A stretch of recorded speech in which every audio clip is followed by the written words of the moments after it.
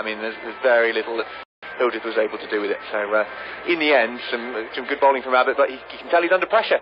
That's what those big overs do, is put bowlers under pressure.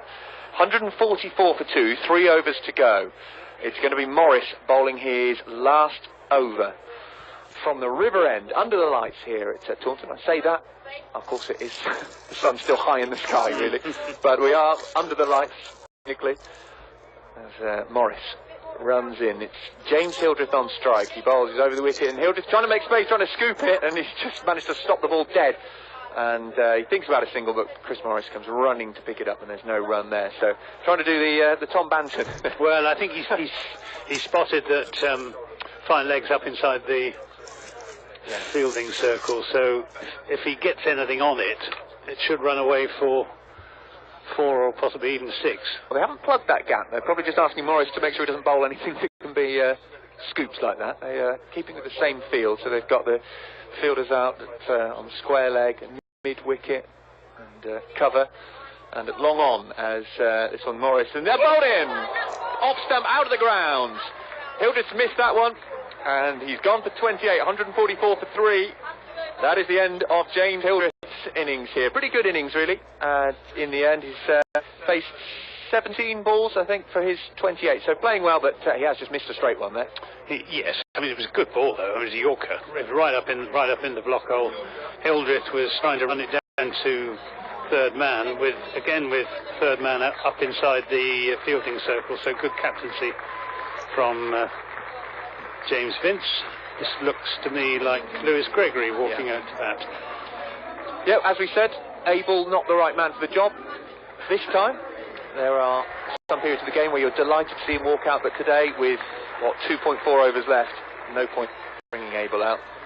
When you've got Gregory still there, Gregory who comes off the back of last season's campaign with immense figures. He was, and to be honest, at the start of his championship season this year as well has been fantastic, hasn't it? Well, his strike rate in last year's T20 was over 200. 2 runs for every ball that he received. And he was hitting them so cleanly as well. Some of those straight driven sixes were beautiful, absolutely world class. Hence why he got a test call, partly I should think for his shame he didn't get to play. It was a shame, but then he wouldn't be here today, and for us to enjoy him. Let's see what he can do now. Morris in and bowls. Lewis Gregory makes room for himself. That has missed the off stump by not very much.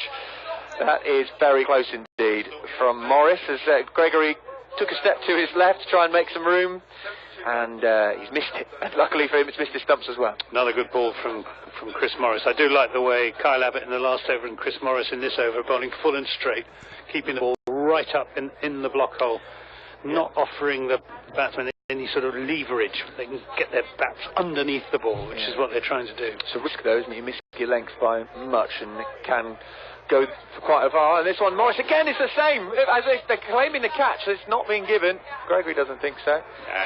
And there's no, I didn't think it was. They were claiming it, but again, it's Gregory giving himself room. He's missed it, and it's just must have almost shaved to the off stump. And that one is another dot ball. 144 for 3. It remains. This is a great over for Hampshire from Morris. It is.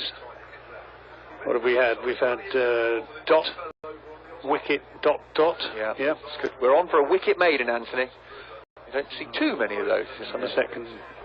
Ill afford a wicket maiden. 144 for 3. They've got 14 balls left to get to a good target as Morris is in. This one, again, he's given himself room, and this time it's missed the leg stump.